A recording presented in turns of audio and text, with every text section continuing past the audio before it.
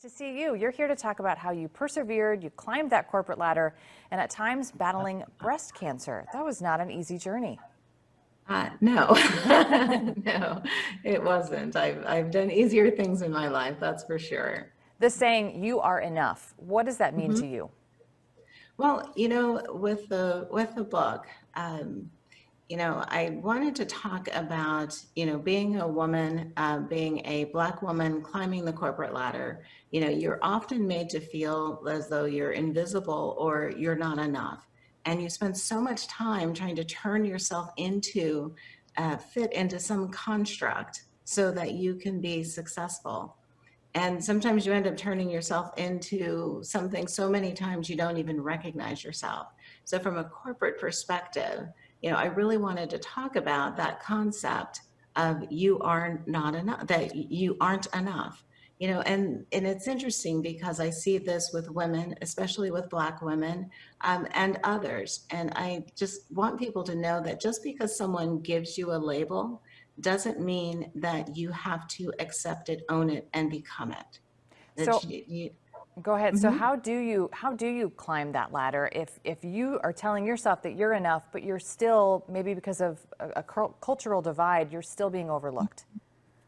Yeah, I think that what happens is, as I mentioned, people give us labels and we tend to accept it and own it and say, hey, and we become it. This is who we are. And I think the goal that we have to get to is to say, time out. You can't put a label on me and brand me a certain way because that's not who I am. Here's who I am, and I'm willing to stand up for who I am. I know and own my value, and I will be seen.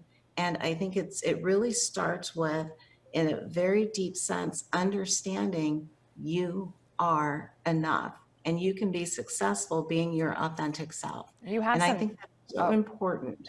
sorry about that. A little bit of a delay. That's okay. So you have some tips for us, and one of the first tips that you say to help climb that corporate ladder is to stop whining and to ask for what you want.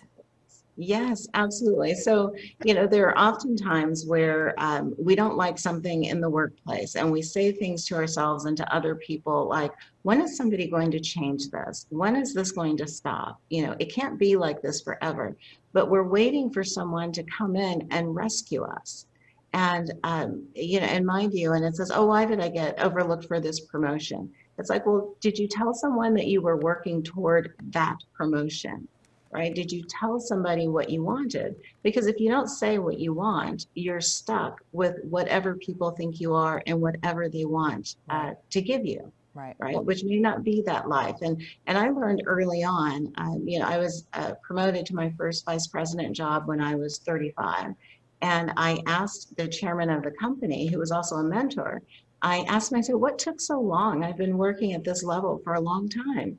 And I'll never forget what he said to me. He said, Charlene, you never told anybody you wanted to be an sure. executive. Right. You're married, you have two small children. We just assumed you were on the mommy track, Right. not the executive track. Good advice there. For more information, go to charlenewheelis.biz. Thanks so much for joining us. Great. Thank you for having me. Thank And you. happy Father's Day to everyone out there. Thanks so much.